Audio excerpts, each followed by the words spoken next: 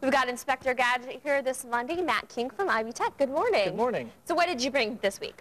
Brought with me Sirius Satellite Radio, and it's not really a new technology. It's been out for a couple of years, but it's really becoming more mainstream and more common nowadays.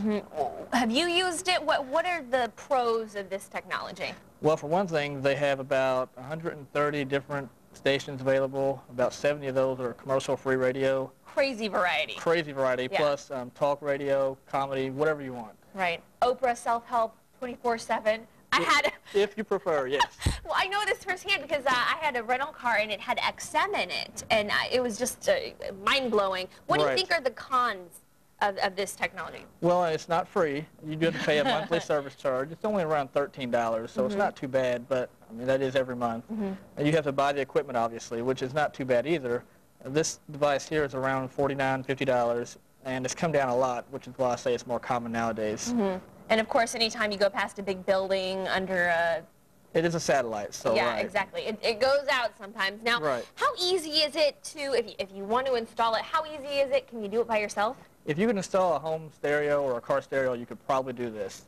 Otherwise, let the professionals do it. All right, sounds good. And you've got two components here. Now, this is the basic setup. What are the parts? This is really all you have to have, and these cables and components here are if you want to hook it up to your existing radio in your car. Okay. If you have a Sirius stereo in your car, this will plug in right to it. Okay, otherwise you mount it to this. Correct. You'd plug it into this, and all this would hook to your current radio. Okay, all right. There's satellite receiver and all this. Okay, and what about this one? I've never seen this You before. can unplug this from your radio, and this would be in your house or your office or your workout area, whatever.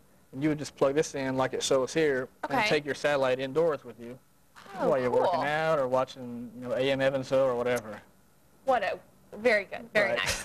So this, it can't be that big. Why is it so, that looks pretty large for, is it just a big speaker? It's pretty much a big speaker, yes. Okay. And this device here is around $100, so, but you don't have to have this, obviously. It's if you want to bring the satellite indoors. I don't know what you've heard on the street in technology crowds, XM versus Sirius. Well, is there a better one? Is there a more expensive one? Not really. They will probably merge eventually. You think so? But as of right now, nothing's beneficial, so. Are they doing well?